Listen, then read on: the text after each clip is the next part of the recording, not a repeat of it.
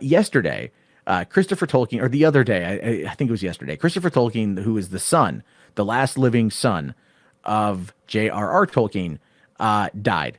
And he was the editor and steward of Middle Earth. Now, this is an important role if you know anything about the Tolkien Estate and anything about how they've done the adaptations of Lord of the Rings and everything involved. I mean, it is drama. It is just extreme drama. They did that biopic of Tolkien last year with Nicholas Hoult. They shouldn't even have done the biopic. They should have just done a documentary about the making of Lord of the Rings and the drama of that whole estate. Like a whole documentary on Tolkien's life would be interesting, following it up with where things are now. But now, according to this, okay, so I just want to really read these two passages here in regards to what the article says about it. Anyway, it says here, so after J.R.R. Tolkien's death in 1973, Christopher Tolkien spent much of the rest of his life organizing, editing, and publishing what remained of his father's work.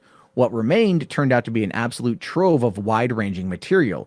His most prominent accomplishment was the publication of the Silmarillion in 1977, having assembled a massive tome of decades worth of drafts, notes, and when needs must his own written additions to flesh out certain tales. The book itself proved mildly controversial, with fans of The Lord of the Rings not especially happy with the prequel that was mostly semi-dry recitations of myth. The hardcore Tolkien wonks annoyed by certain choices and inconsistencies made in the editing process, and yet the book itself persists in the public imagination, buffered on by later editions, including the 1980 Unfinished Tales and the 12-volume History of Middle-earth. So the reason why that's important is because Tolkien himself, Christopher Tolkien, his entire life was dedicated to preserving what his father had created, right? To preserving that legacy, to preserving those stories and those characters in the world of Middle-earth. And I get that. And there's always there's always going to be this increasing attack from media, right? From media conglomerates that are going, this is popular. This is something that's well known. We want to adapt this into certain things and then working the deal with them. Now it says here, in years later, Tolkien probably became best known for his reactions to the Peter Jackson Lord of the Rings films, an attitude that might best be summed up as politely displeased.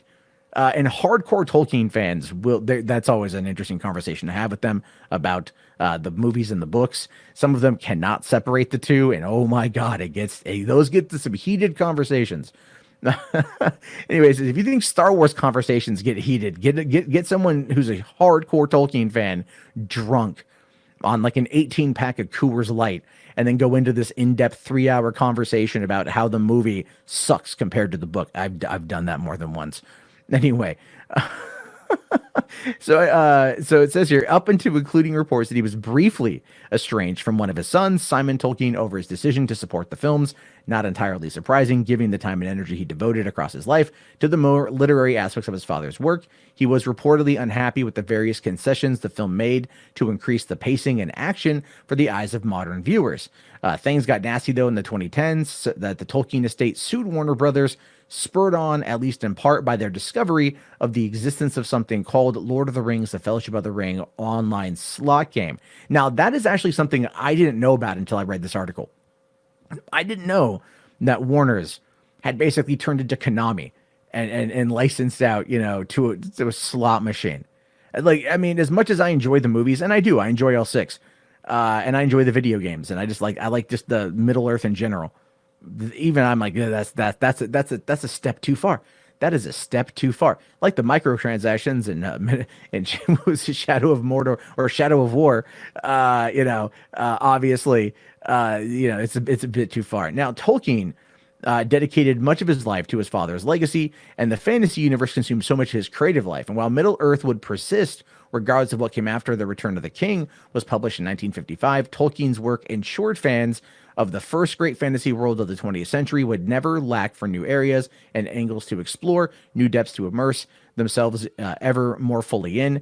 Every fan with a Quenya tattoo or an encyclopedia knowledge of the various Ainur, I'm probably mispronouncing that, owe him some debt of gratitude for his lifetime of service for their shared fantasy world. So why is this important? Well, for one, he held on till he was 95 years old, and that's awesome for him, right? So the world is lesser. The literary fantasy world is lesser as a result of Christopher Tolkien having passed 100%. But this is important for a couple of reasons. One, This guy was the dude who was like hardcore about the direction of it in media. And this is the guy who brokered, helped, there was that brokering with Amazon. $250 million was paid to the Tolkien estate from Jeff Bezos that he personally negotiated in order to get the rights to do 5 seasons of a prequel series of The Lord of the Rings, the one that's currently getting ready to start shooting, or they might already be shooting it, that's going to be coming out in 2021 on Amazon. There's been a lot of movement in that world right now.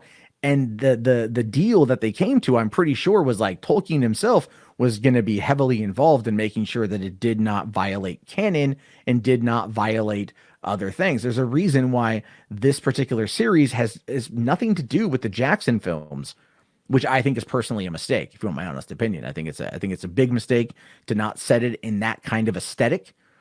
I really do think that. I think that they'd be better off trying to do that as a way to really kind of make themselves, I think, just to kind of like have cohesiveness, right? And I understand that there's like licensing rights and there's legalities and everything else, and I get all that, but I still feel like they should try to find a way to make it work. Like bring Weta in, if nothing else. Just make sure Weta is involved. But no, this is where things are now. Whoever's going to be in control of the estate next literally can do whatever they want with it, right? And Tolkien being, the son of the man who birthed it all, he had a close connection. Will this new successor also have that close connection? Will we see Lord of the Rings, the Fellowship of the Ring slot machine, right? Will that come back? Will that make a reality? Oh, we can license this out, make a lot more money in the process. I mean, is Jeff Bezos going to come on in now and try to, steamroll his way to get the rights to the film rights for the adaptation, or get the rights to the books in order to do a television show to keep the show going past 5 years? Now, that would be dope. That would be real dope. If they did that, I'd be totally on board with that.